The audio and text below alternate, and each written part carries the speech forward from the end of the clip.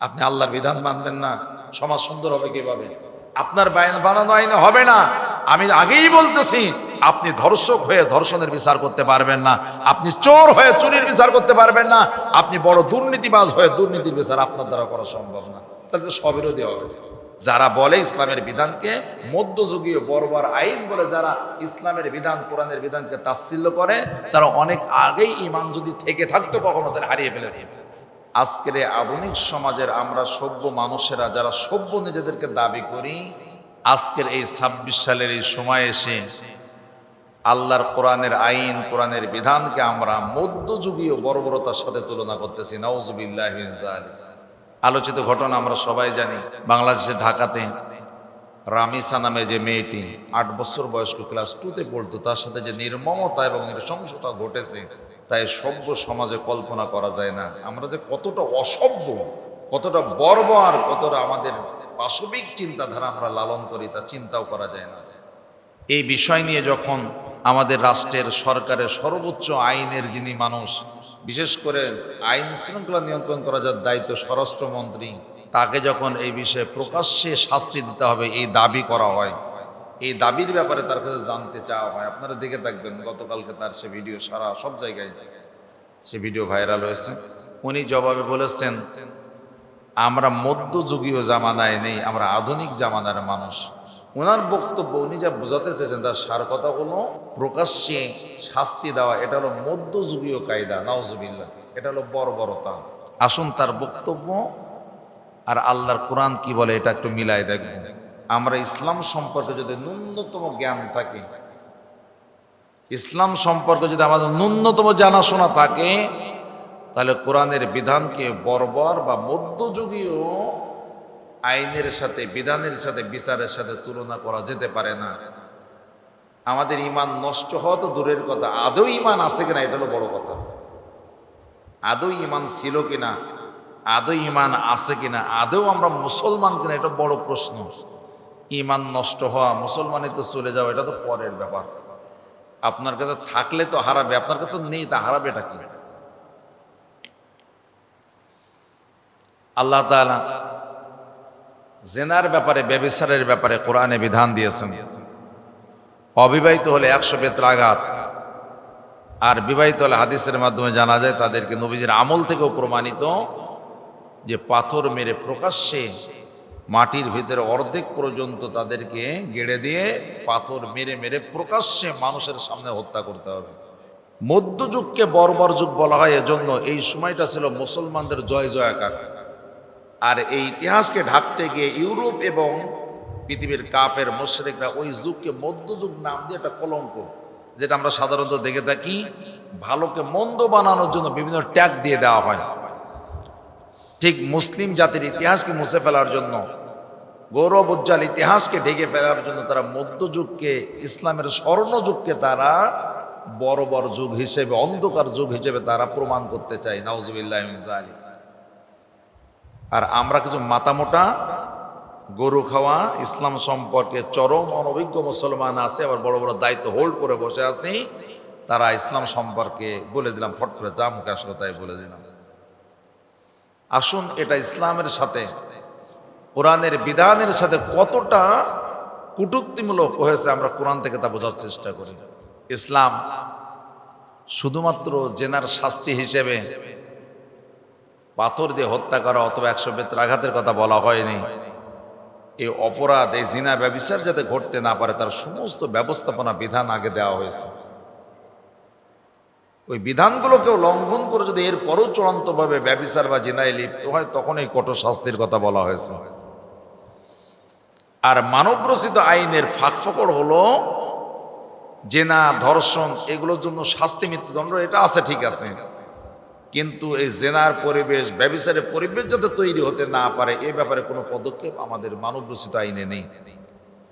এখানে সহশিক্ষা আছে, এখানে উন্মুক্তভাবে ছেলে মেয়ে মেশার সুযোগ রয়েছে, বিভিন্ন দিবস এবং বিভিন্ন দিবস পালনের নামে উন্মুক্ত যৌনচার করার, যৌন সুশ্রীমূলক কাজ করার সুযোগ রয়েছে। তারপরে মানবরচিত আইনে মৃত্যুদণ্ড আছে ঠিক আছে, কিন্তু জিনা বন্ধ করার, প্রতিরোধ করার কোনো ব্যবস্থাপনা সমাজে নেই। কথা বোঝাতে পারি নাই? পয়লা বৈশাখ, 31 নাইট, ভ্যালেন্টাইন্স ডে, সমস্ত দিনগুলোর নামে যে নোংরামি হয়ে থাকে, ইনডোর এবং আউটডোর, প্রকাশ্যে এবং চার দেওয়ালের মাঝে যে ভয়াবহ অশ্লীলতা হয়ে থাকে, এটা চেক দেওয়া, এটা বন্ধ করার কোনো মানসিকতাও নেই, কোনো প্রচেষ্টা আইনও নেই। এটা তাদের ব্যক্তি স্বাধীনতা বলে তাদেরকে ছেড়ে দিয়েছেন। কিন্তু ইসলাম এ জুলুম করে নাই। ইসলাম আগে জেনা ব্যভিচারের সমস্ত পরিবেশকে বন্ধ করে দেওয়ার বিধান দিয়েছে। তারপরেও যদি কেউ সে বিধানগুলো লঙ্ঘন করে, এরপরে কঠোর শাস্তি আরোপ করা হয়েছে। আসুন কোরআন থেকে জেনে নিন। আল্লাহ তাআলা বলেন, আয-যানিয়াতু ওয়াজ-যানি ফাজলিদু কুল্লা ওয়াহিদিন মিনহুমা মিয়াতা জালদা ওয়ালা তা'খুযুকুম বিহিমা রা'ফাতুন ফী দীনিল্লাহ ইন কুনতুম তু'মিনুনা বিল্লাহি ওয়াল ইয়াউমিল আখির। ব্যভিচারকারী পুরুষ হোক বা নারী,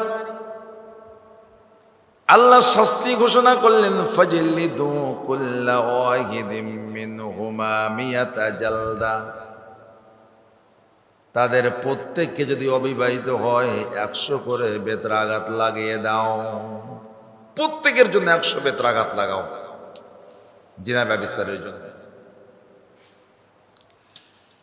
এরপর আল্লাহ তাআলা বলেন, ওয়ালা তাখুযুকুম বিহিমা রাফাতুন ফী দীনিল্লাহ। আল্লাহর এই বিধান কার্যকর করতে গিয়ে তোমাদের মনের ভিতরে যখন দয়া মায়া না আসে, আল্লাহর বিধান পালনের ভিতরে কোনো দয়া মায়া করা যাবে না। বিধান আল্লাহর, সুতরাং এটা কার্যকর করা মানুষ হিসেবে আল্লাহর প্রতিনিধি, খলিফা হিসেবে এটা তাদের দায়িত্ব। তো আল্লাহ তাআলা বলেন, ইন কুনতুম তুমিনুনা বিল্লাহি ওয়াল ইয়াউমিল আখির। এই বিধান কার্যকর করতেই হবে তুমি যদি আল্লাহ এবং তার আখিরাতের বিচার দিবস বিশ্বাস করে থাকো। তুমি যে মুমিন এটা প্রমাণ হবে আল্লাহর এই বিধান, শাস্তির বিধান যদি কার্যকর করো। আর যদি বিভিন্ন সুবিধার কারণে কার্যকর না করো, তাহলে তুমি মুমিনই নয়, এটাই আল্লাহ তাআলা বুঝে নেবেন। তুমি মুমিন নও, তুমি 1000 বার ইমানের দাবি করো, কপাল কালো হয়ে যাও, হাঁটু থেকে রক্ত বের হোক, আল্লাহ বলেন তারপরও তুমি আমার কাছে মুমিন নও, যেহেতু আমার বিধান এটা বাস্তবায়নে তোমার ভূমিকা প্রশ্নবিদ্ধ। এটা এখানকার সবচেয়ে বড় যে গুরুত্বপূর্ণ কথা, সেটা এর পরে আল্লাহ বলতেছেন, যেটাকে আমাদের কাছে মধ্যযুগীয় মনে হচ্ছে। সাংবাদিকরা প্রশ্ন করলেন যে মানুষ তো দাবি তুলেছে যে এই ধর্ষকের, এই হত্যাকারীর প্রকাশ্যে শাস্তি দেওয়া হোক। উনি খুব হেসে দিয়ে দাঁত কেলিয়ে বললেন, এটা তো মধ্যযুগীয় ব্যাপার না, আবেগের ব্যাপার না। তার মানে তার কাছে কোরআনের বিধান মধ্যযুগীয় মনে হয়েছে। ভালো করে খেয়াল করেন এবার আল্লাহ কি বলতেছে। আল্লাহ তাআলা এরপরে বলেন, ওয়ালিয়াশহাদ আযাবাহুমা তাইফাতুম মিনাল মুমিনিন। শুধু শাস্তি দিলে হবে না, এই শাস্তির দৃশ্য দেখার জন্য একদল মুমিন যেন শাস্তির জায়গায় হাজির থাকে। আল্লাহ বললেন প্রকাশ্য শাস্তি দিতে হবে, আর আমরা গোপনে রাত 12টায় 1 মিনিটে অন্ধকারের ভিতরে শাস্তি দিয়ে দিই, এটা আমাদের নিয়ম। আর আল্লাহ তাআলা বললেন এটা মুমিনদেরকে দেখানো লাগবে, যাতে 100 জনের শাস্তি থেকে 1000 মানুষ শিক্ষা গ্রহণ করতে পারে। ওয়ালিয়াশহাদ, সেখানে হাজির থাকবে আযাবাহুমা, ওই আযাব দেখার জন্য তাইফাতুম মিনাল মুমিনিন, মুমিনদের একটা দল হাজির থাকবে। মানে একদল মানুষ, তাদের উপস্থিতিতে জেনার শাস্তি কার্যকর করতে হবে। আর আমাদের উনি বলে দিলেন যে এটা বর্বর জামানার, এটা মধ্যযুগীয় আইন, এটা এই সভ্য সমাজে চলে না। আমরা কতটা অসভ্য তা তো পৃথিবী দেখতেছি, আমরা কতটা আধুনিক হতে পেরেছি তা গোটা পৃথিবী আজ দেখতেছি। ঠিক না জোরে বলেন? আজ গোটা পৃথিবী দেখতেছে আমরা কতটা বড় বড় অসভ্য এটা গোটা পৃথিবী এই ঘটনাগুলোর মাধ্যমে দেখে নিয়েছে। আমরা হয়তো এই রামিসার কথা খুব দ্রুতই ভুলে যাব, কারণ একটা ইস্যুর পর আর একটা ইস্যু আসলে বাঙালির আর কিছুই মনে থাকে না। এই ধর্ষক হয়তো আবার কিছুদিন জেলখানায় থেকে আবার আইনের মার পেছে আবার সে মুক্তি পেয়ে আবার সে অপকর্মে জড়িত হবে। তার প্রমাণ হলো এই বাংলাদেশের আগে আহাতি, সাইমা, নুসরাত, দুলা, আয়রা, ময়না আক্তার, রজনী, ফারিহা, আসিয়া, আয়েশা, ইরামণি সবার সাথেই এরকম ঘটনায় ঘটেছিল এই বাংলাদেশে। আমরা তাদের নামও মনে রাখি নাই, ঘটনা তো দূরের কথা। এভাবেই এই রামিসার ঘটনা হয়তো চাপা পড়ে যাবে। আমরা দেখেছি এক ধর্ষক 2009 সালে, কালকে একটা সংবাদ পড়ছে, 9 সালে তার মৃত্যুদণ্ড কার্যকর হয়েছে। আজও পর্যন্ত তার মৃত্যুদণ্ড কার্যকর করা হয়নি। 26 সাল, এখন 17 বছর পার হয়ে গেছে। বুঝতেছেন আমার কথা কি? বুঝতেছেন? এই হলো আমাদের আইন, এটা হলো আমাদের বিচার ব্যবস্থা। এই বিচার ব্যবস্থার কাছ থেকে একটু ধর্ষণ মুক্ত, হত্যা মুক্ত, শিশুদের নিরাপত্তা দিতে পারে এমন সমাজ আশা করা যায় না। আমরা তো এও শুনেছি যে আমাদের নেতাদের মনোরঞ্জন করার জন্য, আপনারা এই ভাইরাল এই কল রেকর্ড শুনেছেন, নেতাদের মনোরঞ্জন করার জন্য পাতি নেতারা মহিলা নেত্রীদের কাছে ফোন দিয়ে জানতে যাচ্ছে যে 14 থেকে 16 বছরের মেয়ে পাওয়া যাবে, নেতা আসতেছে ঢাকায়, মনোরঞ্জন করা লাগবে। নাউজুবিল্লাহি মিন যালিক। একটা জিনিস খুব মনে রাখা দরকার, চোরদের দিয়ে কখনো চুরির বিচার হয় না। বিচার হওয়ার জন্য আমি যদি চোর হই, তাহলে আমি কি চুরির বিচার করতে পারবো? বলেন তো, আমার আগে হাত থাকা লাগবে। আমি যদি ধর্ষক হই, আমার দ্বারা তো ধর্ষণের বিচার সম্ভব নয়। সুতরাং আমরা দেখেছি আমাদের মানবরচিত আইনের মাধ্যমে আজও পর্যন্ত আমাদের সন্তানদের, মেয়ে সন্তানদের, ছেলে সন্তানদের নিরাপত্তা দিতে পারে এমন একটা সমাজ, আইন ব্যবস্থা, কাঠামো গড়ে ওঠে নাই। কারণ এটা হলো আমাদের এই আধুনিক সভ্যতার, আধুনিক এই যুগের অসভ্য এবং বর্বরতা। ভাইয়েরা আমার, তাহলে আল্লাহ বললেন জেনার শাস্তি দেওয়ার সময় একদল মুমিন হাজির থাকবেন। আর আমরা বলতেছি একদল মানুষের সামনে প্রকাশ্যে শাস্তি দেওয়া, এটা হলো মধ্যযুগীয় এটা আইন বা মধ্যযুগীয় সমাজ ব্যবস্থা। এই কথা যে বলে বা বিশ্বাস করে বা সমর্থন করে, তার কি ঈমান থাকার কোনো প্রশ্ন আছে? এই কথা বলেন, তার কি ঈমান থাকার কোনো সুযোগ আছে? আল্লাহ বললেন ইন কুনতুম তুমিনুনা বিল্লাহি ওয়াল ইয়াউমিল আখির, এই বিধান কার্যকর করবা যদি সত্যি তুমি আল্লাহর প্রতি বিশ্বাস রেখে থাকো, হিসাবের দিন যদি তুমি বিশ্বাস করো, তাহলে এইভাবেই তুমি কার্যকর করবা। আমরা ইসলাম সম্পর্কে কতটা অজ্ঞ। আবার আমরা সুবিধা নেওয়ার জন্য টুপিও মাথায় দিই, তসবিও হাতে দানা টানি ঘাড়ে করে যাই নামাজ নিয়ে বেড়াই।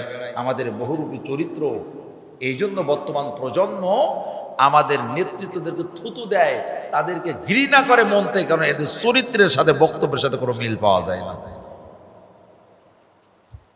আমাদের নেতৃত্বে যারা আছে তাদের বক্তব্যের উপর আস্থা রাখা যায় না, ভরসা রাখা যায় না। কারণ আমরা জানি না এখন দুপুরবেলায় যে কথা বলতেছে বিকাল পর্যন্ত তা ঠিক থাকবে কিনা, তা আমরা জানি না। কথাকে বুঝে আসলো কিনা ভাই? এই হলো আমাদের অবস্থা। তা আল্লাহ তাআলা এই শাস্তি দেওয়ার আগে দেখেন কতগুলো বিধান দিলেন, খেয়াল করেন। ইসলামের শাস্তির চূড়ান্ত বিধান, কিন্তু যাতে করে এই ব্যভিচারের সমাজ গড়ে উঠতে না পারে, এই জন্য আল্লাহ বললেন ইয়া বনি আদম কদ আনজালনা আলাইকুম লিবাসা ইউওয়ারি সাওআতিকুম ওয়ারিশা। হে আদম সন্তানেরা, তোমাদেরকে পোশাক পরিধানের বিধান আমি আল্লাহ নাজিল করলাম। কেন? ইউওয়ারি সাওআতিকুম, যাতে করে তোমাদের গোপন অঙ্গগুলো ঢেকে যায়। তাহলে আল্লাহ বিধান দিলেন তোমাদের শরীরকে পরিপূর্ণভাবে যথাযথভাবে আবৃত করে সমাজে চলাচল করা। এটা হলো জিনা প্রতিরোধের 1 নম্বর পদক্ষেপ। তোমার গোপন অংশ ঢেকে যাবে। আর আমাদের স্ত্রী, আমাদের মা, আমাদের বোন, আমাদের সন্তানেরা এত দামি দামি পোশাক পরে, শরীরের অর্ধেক অংশ প্রকাশিত থাকে। এমন এমন বোরকা পরে, বোরকা পরার পরও শরীরের গোপন অঙ্গ সব প্রকাশ্যে বোঝা যায় বাইরে থেকে। এই হলো আমাদের পোশাকের অবস্থা। আর আল্লাহ বললেন আমি পোশাক দিলাম এজন্য ইউওয়ারিসাওআতিকুম, যাতে করে তোমাদের শরীরের গোপন অংশগুলো সব আবৃত হয়ে যায়, ঢেকে যায়, বাইরে থেকে বোঝা না যায়, দেখা না যায়। আমরা এই পোশাকের বিধান মানিনি, এই জন্য আমাদের বর্বরতা, আমাদের সমাজে ব্যভিচার এগুলো বেড়েই চলেছে। বুঝেছেন কিনা? আল্লাহ 1 নম্বর পদক্ষেপ দিলেন, ঢিলে ঢালা উত্তম পোশাক পরিধান করা, যার মাধ্যমে শরীরের গোপন অংশ ঢেকে যায়, এবং আল্লাহ বলেছেন তোমাদের সৌন্দর্য বৃদ্ধি পাবে এভাবে। সুবহানাল্লাহ। আমরা মানিনি এটা।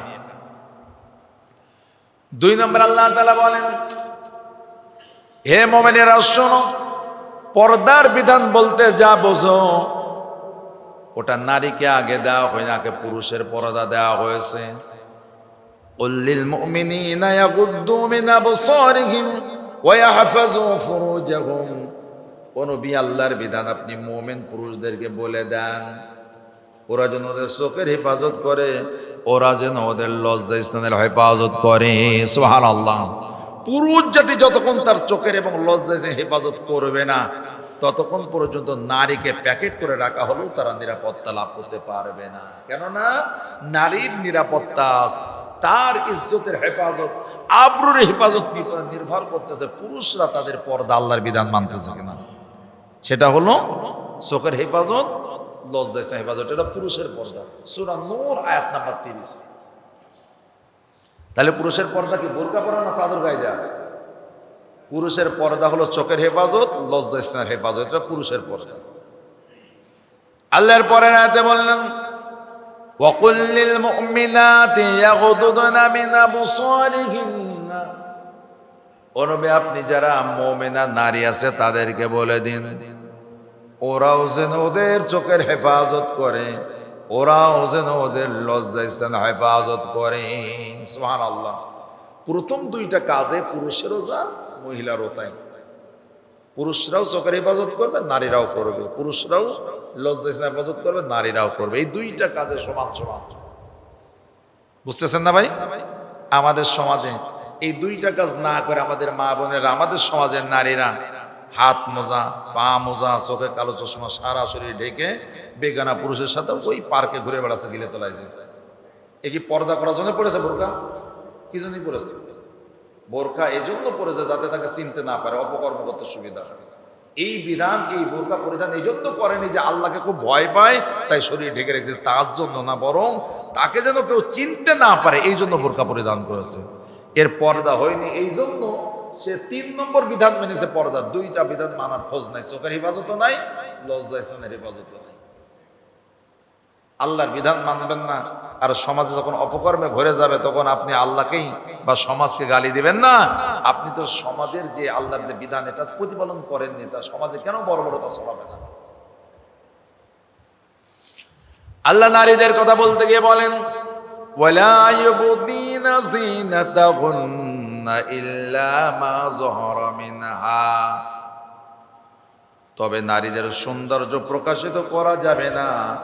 এই সৌন্দর্যকে চোখ এবং লজ্জা হেফাজতের পাশাপাশি তাদের গোটা দেহের সৌন্দর্যকেও লুকিয়ে রাখা লাগবে। সুবহানাল্লাহ। নারীদের 3টে বিধান: চোখের হেফাজত, লজ্জা স্থানের হেফাজত, শরীরের হেফাজত। আমরা প্রথম দুটোর কোনো খোঁজ নেই, 3 নম্বর লাফালাফি। এমন যেন উদাহরণটা এমন, পরনে লুঙ্গি নেই, গায়ে জামা নেই, পাগড়ি খুব কায়দা করে পাগড়ি বেঁধে ঘুরে বেড়াচ্ছে। যার পরনে লুঙ্গি থাকে না, গায়ে জামা থাকে না, ও যদি পাগড়ি বেঁধে ঘুরে বেড়ায় তাহলে কি সুস্থ মানুষ মনে হবে না পাগল মনে হবে? এ কথা বলেন। যার পরনে লুঙ্গি নাই, গায়ে জামা নেই, পাগড়ি এবং টুপি সুন্নাত ছাড়তেছে না, এ কি সুস্থ না অসুস্থ? আমাদের সমাজে অসুস্থ পর্দা আছে, সুস্থ পর্দা নেই। সুস্থ পর্দা হলো চোখের হেফাজত, লজ্জা স্থানের হেফাজত, এরপর শরীর ঢেকে রাখে। আমাদের প্রথম দুটোর ব্যাপারে আমরা জানি না, খবর রাখি না, আমরা মানি না। 3 নম্বরটা নিয়ে খুব বাড়াবাড়ি। আবার আধুনিক এমন বোরকা উঠেছে, যদি কোনো মেয়ে বোরকা ছাড়া চলে তাহলে মানুষ যতটা না তাকায়। আধুনিক এত টাইট ফিটিং আমেরিকান বিভিন্ন ফ্যাশনের বোরকা আছে, ওইগুলো পড়লে আরো বেশি করে যুবকরা তাকাবে। মানে ওটার পর্দার জন্য হয়নি, ওটা আকর্ষণ, চম্বুকের মধ্যে আকর্ষণ করার জন্য করা হয়েছে, ওটাও পর্দা না। আল্লাহ বলেন, আমার পোশাকের বিধান হলো ইউ অরিসাওয়াতিকুম, তোমাদের দেহের গোপন অঙ্গগুলো সব পরিষ্কারভাবে ঢেকে রাখবে, বোঝা যাবে না বাইরে থেকে। আল্লাহর বিধান আমরা সব ডিনাই করে চলেছি। আল্লাহর আইনকে আমাদের মধ্যযুগীয় বর্বর আইন মনে হচ্ছে। এরপরে আমরা জান্নাতে যে অগ্রিম টিকিট কিনে বসে আছি। মানে আমাদের অবস্থা এরকম যে মরার আগেই জান্নাত বরাদ্দ হয়ে গেছে আমাদের জন্য। কথা কি বুঝে আসতেছে ভাই? আল্লাহ তাআলা জিনার শাস্তি দেওয়ার আগে আরো জিনার পরিবেশকে বন্ধ করার জন্য বললেন, ওয়ালা তাকরাবুল ফাওয়াহিশা মা যাহারা মিনহা ওয়া মা বাতান। হে মুমিনেরা শোনো, প্রকাশ্য অপ্রকাশ্য কোনো ধরনের অশ্লীলতা বেহায়াপনা কাছে যাওয়া যাবে না। আমাদের পয়লা বৈশাখ আছে, 31 নাইট আছে, ভালোবাসা দিবস আছে, অসংখ্য দিবসের নামে অশ্লীলতা ছড়ানো আছে। আবার আমরা এই সমাজ থেকে জিনা প্রতিরোধ করার চিন্তাও করতেছি। এর মানে হলো ফারাক্কার সমস্ত গেট ছেড়ে দিয়ে মুনাজাত দিতে, আল্লাহ যেন পানি না আসে বাংলাদেশে। ভাই আগে তো গেট বন্ধ করা লাগবে, কথা কি বোঝেন না? আগে তো গেট বন্ধ করা লাগবে, এরপরে দোয়া করেন যাতে ভেঙে টেঙে পানি না ঢোকে। আপনি গেট সবগুলো যতগুলো আছে সব উন্মুক্ত রেখে দোয়া করতেছেন। আল্লাহর কতটা দায় থেকে পড়েনি যে আপনি গেট খুলে রাখবেন না, দোয়া করবেন না, পানি বন্ধ হয়ে যাবে। আপনাকে তো জেনার পরিবেশ সব বন্ধ করতে হবে, এরপরে জেনার শাস্তি কার্যকর করতে হবে। আল্লাহ তো আগেই জিনার শাস্তির কথা বলেননি, আগে জিনার পরিবেশ বন্ধ করার সমস্ত বিধান ইসলামে দেওয়া হয়েছে। কথা কি বোঝা আসলো কিনা ভাই? আল্লাহ তাআলা আরো বলেন, قل إنما حرم ربي الفواحش ما ظهر منها وما بطن। নিশ্চয়ই আল্লাহ তাআলা, হে নবী আপনি বলে দিন, আল্লাহ তাআলা হারাম করে দিয়েছেন প্রকাশ্য অপ্রকাশ্য যত ব্যভিচার, যত ধরনের ফায়সা অশ্লীলতা হয় সমাজে, সব অশ্লীলতাকে হারাম করে দেওয়া হয়েছে। আর আমাদের প্রশাসন বলে 31 নাইট, পয়লা বৈশাখ, সূর্য ডুবার পর আর বাইরে থাকা যাবে না, চার দেওয়ালের ভিতরে যে ইনডোরে যে যা করবা ওতে সমস্যা নেই, বাইরে আর করা যাবে না। মানে আমরা এতটুকু ভদ্র হয়েছি, অপকর্মগুলো মানুষের সামনে করা যাবে না, তবে চার দেওয়ালের ভিতরে করা যাবে। আর আল্লাহ বললেন প্রকাশ্যটাও করা যাবে না, অপ্রকাশ্যটাও করা যাবে, এটা আল্লাহর বিধান, হারাম করে দেওয়া হয়েছে। কথা বুঝে আসলো না ভাই? শুকরের গোশত হারাম এটা বুঝলেন, কুকুরের গোশত হারাম এটা বুঝলেন, আর এই যে অশ্লীলতা হারাম এটা বুঝতে পারলেন না কেন? এটা বুঝলেন না কেন?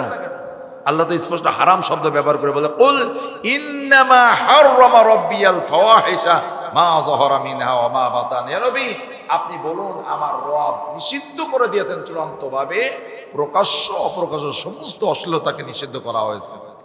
আপনি আল্লাহর বিধান মানবেন না, সমাজ সুন্দর হবে কিভাবে? আপনার বানানো আইনে হবে না। আমি আগেই বলতেছি, আপনি ধর্ষক হয়ে ধর্ষণের বিচার করতে পারবেন না, আপনি চোর হয়ে চুরির বিচার করতে পারবেন না, আপনি বড় দুর্নীতিবাজ হয়ে দুর্নীতির বিচার আপনার দ্বারা করা সম্ভব না। তাহলে তো স্ববিরোধী হবে।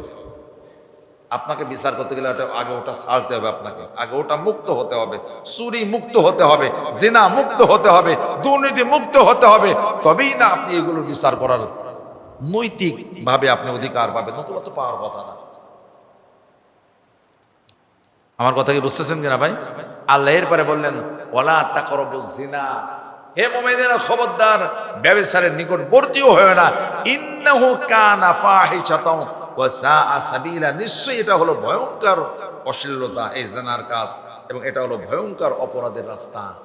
আল্লাহ এইভাবে কোরআনের বিধান দিয়ে দিয়ে গুরুত্বপূর্ণ কিতাব এই আসমানের নিচে জমিনের উপরে, সেই কিতাবে এতগুলো বিধান দিলেন, এইগুলো আমরা বৃদ্ধাঙ্গুল দেখিয়ে তা থেকে আমরা মুখ ফিরিয়ে নিয়ে এখন যদি মায়া কান্নাকাটি করি, এই সমাজে জিনা মুক্ত হয়ে যাবে, অশ্লীলতা মুক্ত হয়ে যাবে, অপরাধ মুক্ত হয়ে যাবে। আল্লাহর বিধানের কাছে কমপ্লিট সারেন্ডার না করা পর্যন্ত একটি ইনসাফ শান্তির সমাজ কখনো কল্পনাও করা যাবে না। এটা হলো পরিষ্কার বক্তব্য। আমি এদিকে আর যাব না। আমি বলতেছি, যতক্ষণ পর্যন্ত আল্লাহর বিধানকে কেউ বৃদ্ধাঙ্গুল দেখিয়ে তাচ্ছিল্য করে কথা বলবে, যতক্ষণ তওবা না করবে, ততক্ষণ আল্লাহর দরবারে সে কাফের হিসেবে বিবেচিত হবে। সে যদি ওই অবস্থায় মারা যায়, হাসরের ময়দানে সে কাফেরদের তালিকায় উঠবে।